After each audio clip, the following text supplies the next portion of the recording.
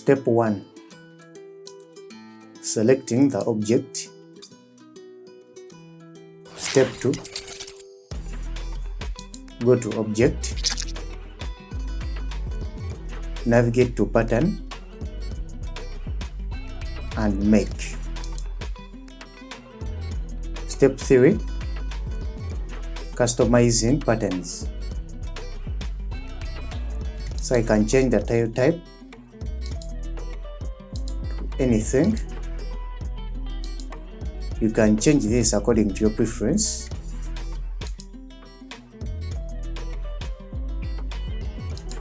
You can go on and test and check which is going to work for you. So I will go with grid.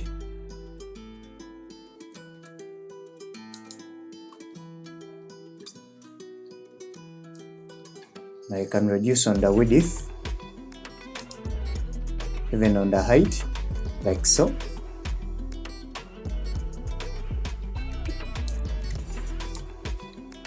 Now I can name the pattern name. So I'll go with that. Once you are done, the next step is save a copy. Done. And click Done.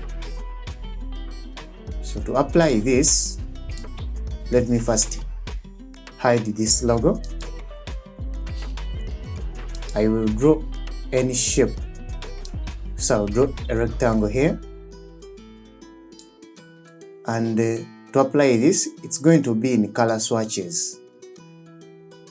So I can go on, it is here, and click once to apply it. So if I try to resize this, even the color swatch changes. So I want to maintain its size by width and height. I will go to Object and Expand. Make sure Fill is checked. Click OK. So now, even if I resize, it will maintain